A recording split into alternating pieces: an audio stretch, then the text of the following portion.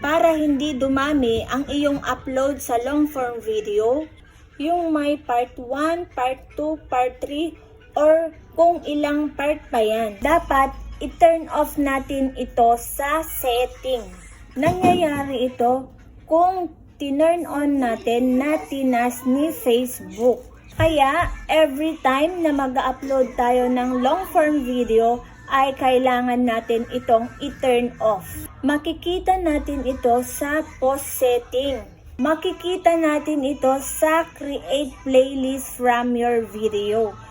So, i-click natin ito guys para i-turn off natin. Pagkatapos natin i-click ang create playlist from your videos, ay i-turn off na natin ito para yung i-upload natin na long form video ay hindi na siya makat, yung magkakat, yung maraming video na nakre-create. So, ang ma-upload lang doon ay yung long form video.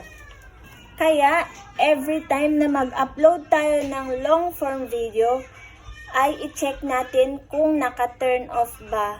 So, ayun lang guys. Thank you for watching!